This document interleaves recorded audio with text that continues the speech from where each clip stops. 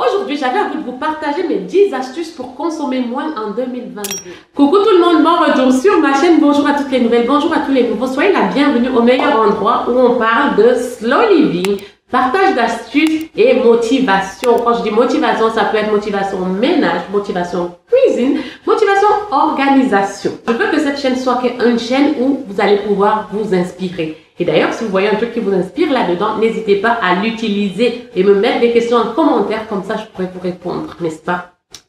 Mais avant toute chose, si tu me découvres que maintenant et que tu n'es pas encore abonné à ma chaîne, moi je t'invite à cliquer sur le bouton rouge s'abonner, tu actives la cloche de notification et comme ça tu es sûr de ne pas manquer mes prochaines vidéos. Sans plus attendre, commençons. Donc là, j'avais envie de vous partager ces 10 astuces-là parce que c'est des astuces qui m'ont aidé à commencer à consommer moins, n'est-ce pas? J'ai commencé ça en 2022 d'ailleurs.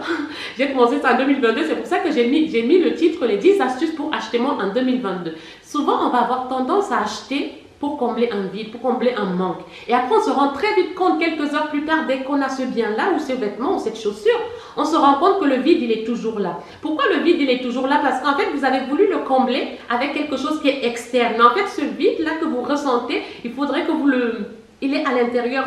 En fait, pour résoudre un problème, c'est à la racine, en fait. Tu ne peux pas couper les feuilles en croyant que tu es en train de résoudre le problème, en fait. Donc, non. Donc, il y en a aussi qui vont avoir tendance à acheter parce que c'est la mode du moment. Mais ce n'est pas parce que c'est la mode du moment qu'il faut que vous achetiez tout et n'importe quoi sans réfléchir, sans vous poser les bonnes questions. On ne se pose pas toujours les bonnes questions avant d'acheter, n'est-ce pas? Donc, on va commencer, on va rentrer dans le vif du sujet parce que trop de blabla tue le blabla. Alors, la première chose que j'avais envie de partager avec vous, la première astuce, c'est consommer conscient.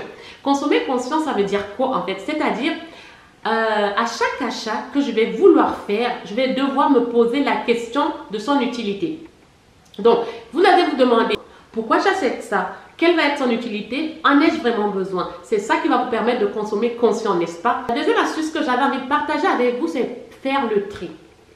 Avant d'acheter quoi que ce soit, faites le tri chez vous. Que ce soit dans vos placards, dans la cuisine ou avant d'aller en course et tout, prenez le temps de faire le récapitulatif de tout ce qu'il y a encore chez vous. Ouvrez le frigo, regardez avant d'aller acheter. Ou même quand il s'agit du shopping, faites le tri, regardez bien, faites le récap et tout. Et en faisant le tri comme ça, vous allez voir qu'il y a des choses dont il faut se débarrasser. Donc, ce que vous pouvez faire pour vous débarrasser de ça, je referai une vidéo sur le tri pour vous montrer un peu comment moi je fais le tri maintenant. Je ne fais plus le tri à mode en me disant oui, ça je jette, n'est-ce pas? Vous faites le tri, vous mettez ce dont vous n'avez plus besoin de côté et vous regardez maintenant qu'est-ce qui manque vraiment, n'est-ce pas? La troisième astuce que je voulais partager avec vous pour acheter moins en 2022, c'est établir un budget. Là aussi, tout ce que je suis en train de vous partager, là, je crois que je ferai des petites vidéos et tout pour mieux développer le truc, n'est-ce pas? Mais là, je vous donne les bases et tout, et comme ça, au moins, vous avez déjà un socle et tout qui peut vous aider, n'est-ce pas? Donc, établir son budget course. Donc, moi, ça m'a beaucoup aidé d'établir mon budget course parce que j'étais la fille qui ne se cassait pas trop la tête. Pour mes courses, je ne vais pas vous mentir, j'allais au Carrefour d'à côté. Bon, maintenant, mon Carrefour n'est pas vraiment à côté, mais quand j'habitais en Nancy, le Carrefour d'à côté, j'y allais. Mais vous savez, ce Carrefour-là, il est cher. Je n'avais pas de budget course. C'est genre, je regarde mon frigo, je vois qu'il manque quelque chose, bah, je cours là au Carrefour d'à côté pour acheter. Donc, du coup, bah, tu pars, tu prends deux choses, ça te coûte 20 €, ça te coûte une blinde. Et tu te retrouves, tu dis, ah ouais, mais qu'est-ce que j'ai acheté pour dépenser autant? Et quand tu prends ton relevé bancaire et tu regardes ce que tu as mis pour les courses, si tu es une personne et puis tu vois que tu dépenses des sommes exorbitantes pour les courses, tu te dis, mais purée quoi en fait. Donc, en faisant le budget comme ça te permet de mieux gérer ton argent, de mieux dépenser, en fait, de ne pas dépenser bêtement en fait, parce que tu vas te rendre compte que bah, là, tu risques de dépasser ton budget. Non, le budget course, il ne faut pas le dépasser. En fait, il faut vraiment le maintenir. C'est comme ça que ça va te permettre à faire de la gestion, à mieux gérer ton argent, à mieux gérer tes finances, n'est-ce pas? Oh, il n'y a pas de petites économies, n'est-ce pas? Budgétisez vos courses. Fixez-vous un budget course. Ça évitera trop de dépenses et ça vous permettra d'économiser, n'est-ce pas? Optez pour les meal prep. La dernière vidéo que j'ai laissée sur ma chaîne YouTube il y a 3 semaines, je crois, était sur les meal prep. Qu'est-ce qu'on appelle meal prep? Meal prep, c'est un système de batch cooking. C'est un système où tu prépares tes repas en avance. Comme ça te permet de gagner du temps en semaine. Ça t'évite de cuisiner, de réfléchir à ce que tu vas manger en semaine. Et puis même, en faisant les meal prep comme ça te force en fait à utiliser les produits qu'il y a chez toi. Souviens-toi, je t'ai dit un peu plus haut que fais le tri chez toi.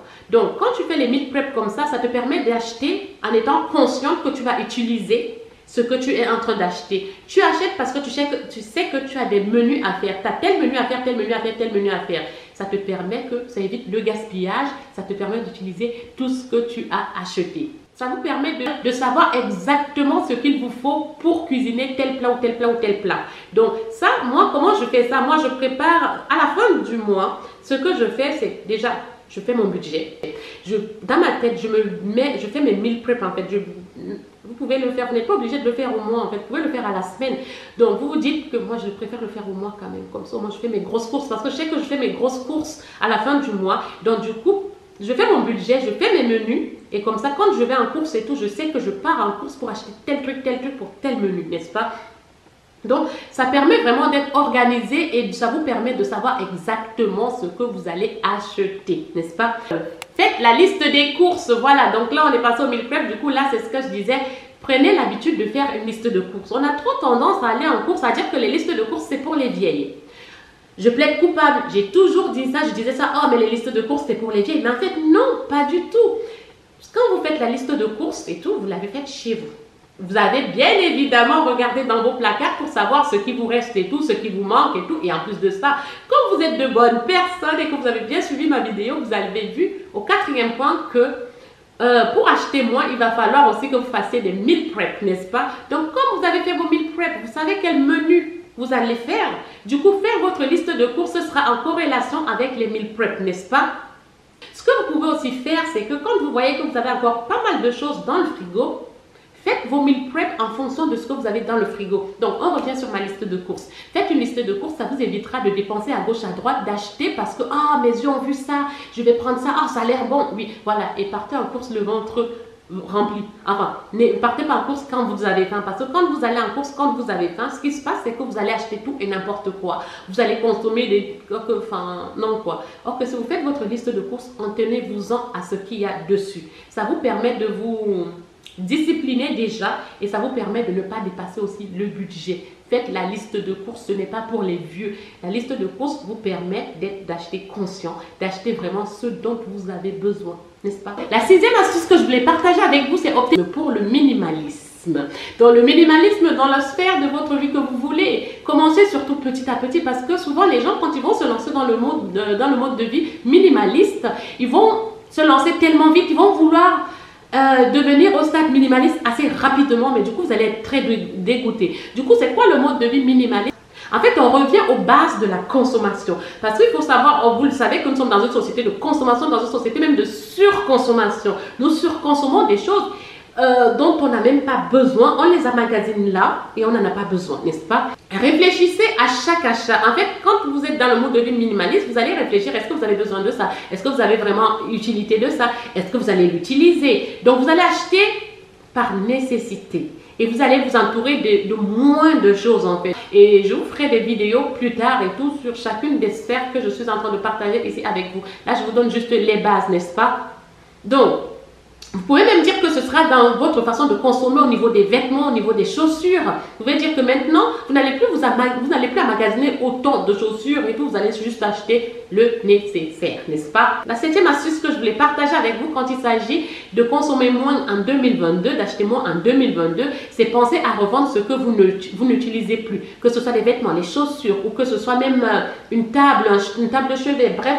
Que les biens que vous n'utilisez plus chez vous, pensez à les revendre. En les revendant comme ça, déjà, ça vous permet déjà de faire le tri, de vous débarrasser des choses que vous n'utilisez pas. Et aussi, ça peut trouver une autre utilité chez une autre personne, n'est-ce pas? Et en plus de ça, pour couronner le tout, en revendant comme ça, on ne va pas mentir, ça nous fait de l'argent qu'on va pouvoir épargner ou qu'on va pouvoir utiliser pour acheter une autre chose qui nous est utile, n'est-ce pas? La 8e astuce que je voulais partager avec vous, c'est opter pour la qualité et non la quantité. Il y en a qui vont acheter beaucoup et qui vont consommer pas mal de fast fashion parce que déjà ça coûte moins cher et en plus de ça, donc ça coûte moins cher et en plus de ça, ça nous permet d'avoir beaucoup de choses. Je plaide coupable, moi la première, j'étais la première à consommer le fast fashion. J'achetais beaucoup et quand je regardais mon relevé de compte et tout à la fin de l'année et que je calculais un peu ce que j'avais dépensé dans le fast fashion, je dépensais même beaucoup plus que quelqu'un qui achète des produits de qualité mais qui en a peu. n'est-ce pas? Le pire est que dans ces produits que j'achetais, là, je vais parler de tout ce qui est vêtements, chaussures. Le pire est que dès que je mettais dans la machine à laver un vêtement, ça ressortait rétréci, perte d'éclat. Donc, du coup, en fait, je repartais racheter la même chose. Comme l'a dit Albert Einstein, la folie, c'est de refaire toujours la même chose, d'utiliser toujours la même méthode et escompter les résultats différents.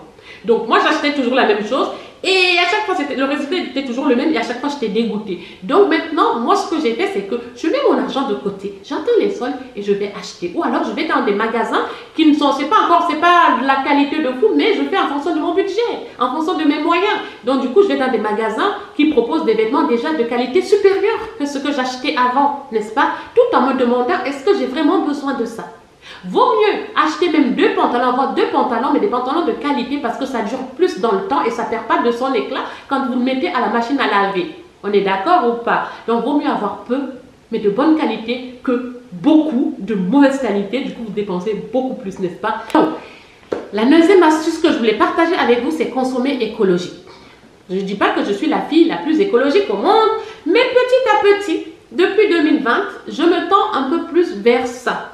N'est-ce pas? Je ne vais pas dire que je suis militante ou quoi que ce soit. Je suis une personne qui... Moi, l'écolo, je n'y pensais pas avant, en fait, n'est-ce pas? Mais maintenant, je fais attention à ce que j'achète. Aux vêtements que je vais porter. Est-ce que c'est un vêtement qui respecte vraiment l'écologie? Est-ce qu'on l'a fabriqué avec quelle matière? Vous pouvez le faire dans les sphères comme ça. Moi, j'aime la mode, j'aime les vêtements. Donc, du coup, si je peux apporter ma pierre à l'édifice en tenant compte de ça, en faisant attention à ça, c'est déjà bien. Donc, moi, je l'applique dans ce qui concerne les vêtements, les chaussures et la nourriture.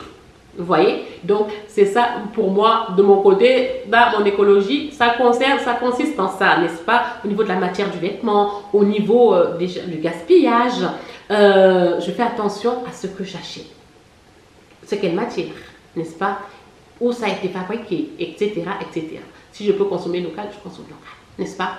La dernière chose que je voulais partager avec vous, c'est penser au commerce équitable. En fait, c'est penser au fair trade. Donc, quand je parle du fair trade et tout, penser au fair trade, le commerce équitable, pensez aux personnes qui ont confectionné les vêtements que nous portons. Comment sont-ils rémunérés? Est-ce qu'ils sont rémunérés à leur juste valeur? Surtout la sphère de... Est-ce que les personnes qui fabriquent ce produit sont bien rémunérées? Donc, moi, je connais un peu les enseignes qui sont un peu dans le fair trade. Donc, du coup, je vais plus me diriger vers ces enseignes-là. Parce que je sais qu'ils sont dans le commerce équitable. Donc, comme je disais, on peut pas toujours, je ne suis pas tout le temps en train de scruter ces informations-là, mais je prends l'habitude d'aller vers les magasins comme ça, vers des magasins qui proposent des choses où l'humain est respecté derrière. Donc, voilà les 10 choses que je voulais partager avec vous. Je ne sais pas si c'est clair pour vous, parce que souvent, quand c'est clair pour nous, on a tendance à croire que c'est si facile pour vous de les comprendre en tout cas. En tout cas, j'espère que cette vidéo vous aura plu. En attendant la prochaine vidéo, je vous dis à très bientôt. Je vous fais de très gros bisous. Portez-vous bien.